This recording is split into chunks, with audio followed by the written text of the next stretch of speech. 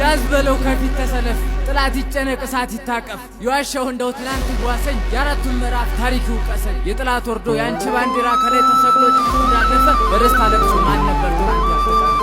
እምቢ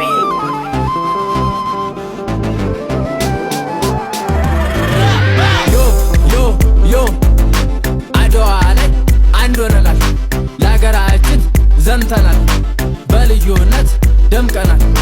ኖረን ነበር ድሮ ዘር ሳይዘን አስሮ አበሻዊኔም የዛ አባቱ ልጅ የእናቴም ብሎ